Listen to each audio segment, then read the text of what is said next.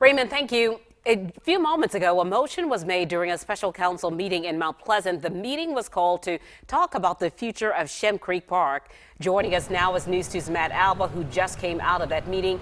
Matt, we know it was standing room only. Give us an idea of what happened inside.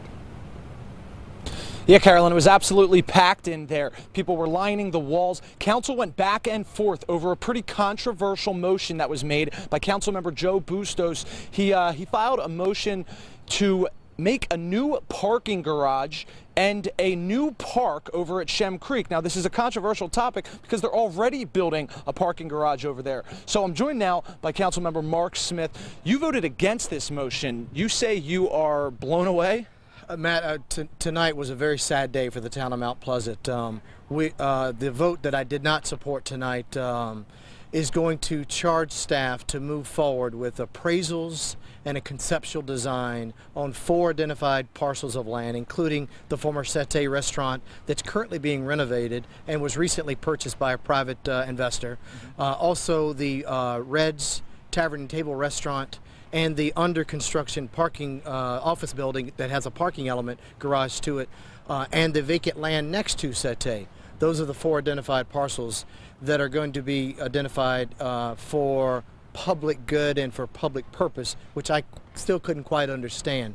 We're skipping to Shem Creek Park Phase 3 when we haven't even completed Shem Creek improvements on Phase 2, nor are those improvements funded. And now you weren't told about this motion before tonight, right? You were left out of the dark that they even wanted to bring this to council. Thanks, Matt. That's probably the most disturbing part for me in terms of an open, transparent, and all-inclusive form of government that's working for its people. I sent out an email and a request to fellow council members to be included in any conversations, any meetings, any communications that had to do with this this project and motion that we ultimately reached tonight. And I was told that no, we cannot honor your request. In fact, some of those comments came back.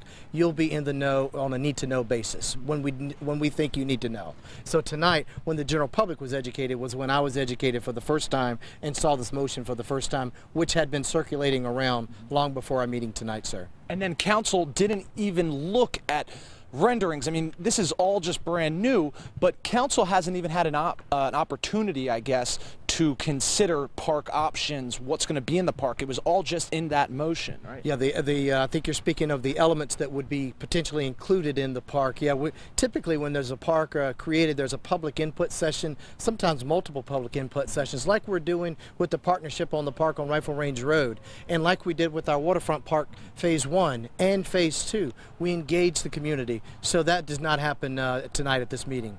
All right, well, obviously council members here in Mount Pleasant upset by the motion that did carry. They said going forward, the town administrator said that they will start to explore how much all of this is going to cost. That will then be presented to council at their next meeting. Right now we're live in Mount Pleasant. Matt Alba for News 2.